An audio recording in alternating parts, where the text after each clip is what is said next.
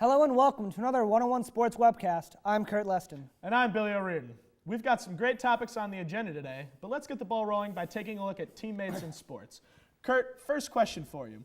What characteristic do you think is most important to create a great team? Trust. I think teammates need to trust one another. They need to know that whatever they do on the field or on the ice or on the court, that their teammates are going to have their back. Know that they're going to be in the position where they are supposed to be. They have to trust one another, dish the ball off, make the right play, hit the game-winning shot. You know the way they're going to know that that person's going to be in the right place?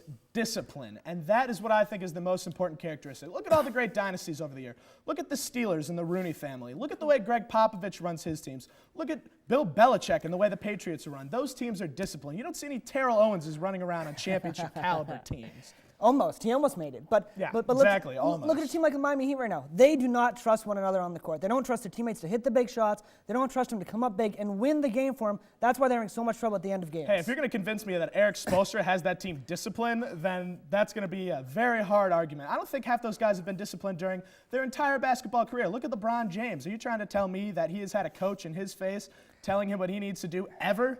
That's how many rings that guy has. None, no discipline. He has had a lot of things handed to him in his lifetime, but let's look at something different, okay? Now, there's two school of thoughts of how to build a good team. One is homegrown players. The other is acquiring free agents. Where do you stand? I'm on the homegrown side. Call me an old school type of guy.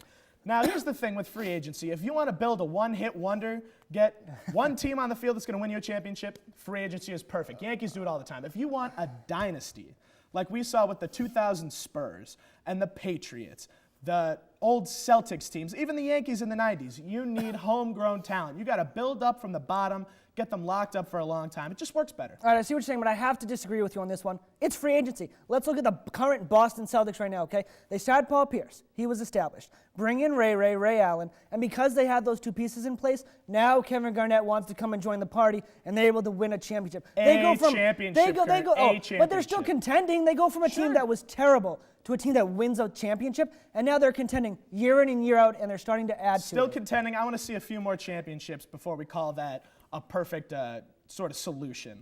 Now on for the third topic. This one's one of my favorites. Since we're talking about teammates, why don't we talk about the greatest teammate duos, trios, whatever you want to call them, you've ever seen? And mine has to be the original Big Three. The Trio Grand, as they were called with the New York Islanders. That's the original Big Three? You know it is. Of course it is. They have Gillies, they have Trottier, they have Bossy. 3 Hall of Famers that were on the same line for 4 years. 4 consecutive years when they won the Stanley Cup. If you didn't know, that's a championship of hockey, okay? Oh, okay. Yeah, that's what that is. I'll look it up later. Not only they're all Hall of Famers, when they played in those 4 seasons, they accounted for more than half the points that the Islanders got. All right, well, let's stop talking about hockey players. How about some American institutions? How about Bob Cousy and Bill Russell? You want to talk about winners? They combined for 6 NBA championships in 7 years. That only year they didn't win, they lost in 6 games in the NBA Finals. These two were the ultimate teammates. They've got MVPs between the two of them. They've got All-Star Game MVPs between the two of them. We're talking about one of the greatest point guards and greatest centers of all time who came together for a perfect storm for 7 years in Boston and won everything in their path. I see what you're saying, but I think it's tougher to get 3 teammates who have combined together and really play off of each other and make something great. But I understand what you're saying with that. Fair enough. Well, we have to take our first break, but coming up next, I'll be joined by Juko Aoyama and Jackson Brody to debate which baseball superstars belong in Cooperstown. Stay tuned.